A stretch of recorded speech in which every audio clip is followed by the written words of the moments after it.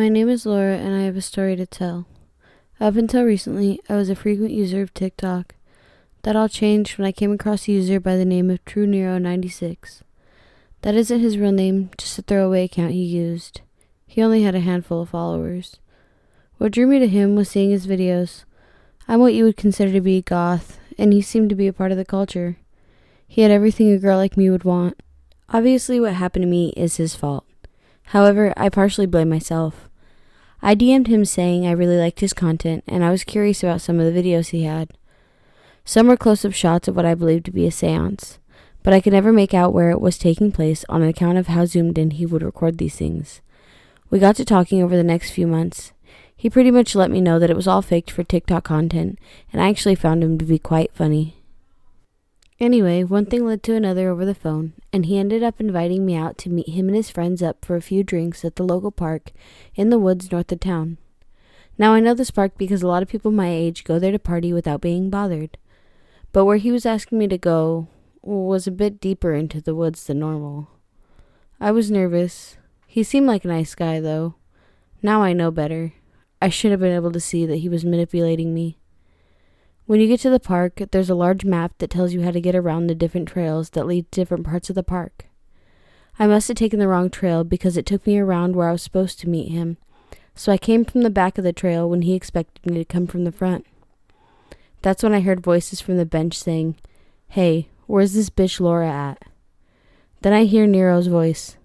"She parked about 10 minutes ago. She should be here soon." I sneak up to see Nero and his friends. They were all dressed in hooded robes that shrouded their faces. They all held knives. They had a girl gagged and bound on the ground and formed a circle around her. One of them took out a book, a journal from the looks of it. They started chanting something. I couldn't understand what it was. It was in another language. The one holding the book opened it, then sliced his own palm open, causing the blood to drip onto the pages. That freak seemed to be drawing pleasure from it. So were the others, and presumably what they were about to do to her and me. While still chanting, they raised their knives and were about to bring them down on her. I've never been more terrified in my life. I thought I was going to be a goner too because of how deep in the woods I was.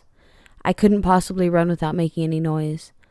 I braced myself for what was about to happen when I heard several loud gunshots. As it turns out, some hunters were also in the woods at the time. Nero and his friends hadn't realized this. Those monsters managed to escape further into the woods, but I was just thankful that the girl wasn't killed and that our lives were saved. We found the hunters and explained our situation, and they took us to the police. Turns out they had already found 6 bodies in those woods in the past year, and that woman who was bound was also messaged on TikTok by another Nero account. I thank God every day for those hunters to be there at the right moment for us. The police took us down to the station, and I explained to them what I explained to you all here now. That got to the FBI, and there is now an open investigation. He tried deleting his account, but from what I know, I wasn't his first victim. As it turned out, from the DMs they did access, he had done this with several other women. None of them have been found, and the thought I nearly ended up like them sometimes keeps me up at night and gives me nightmares. I wanted to put it all behind me and just let the authorities handle it. However, this morning I found something in the mail that is making me move far away from here. It was an envelope containing 2 things. The first was a note reading, "See you in the woods."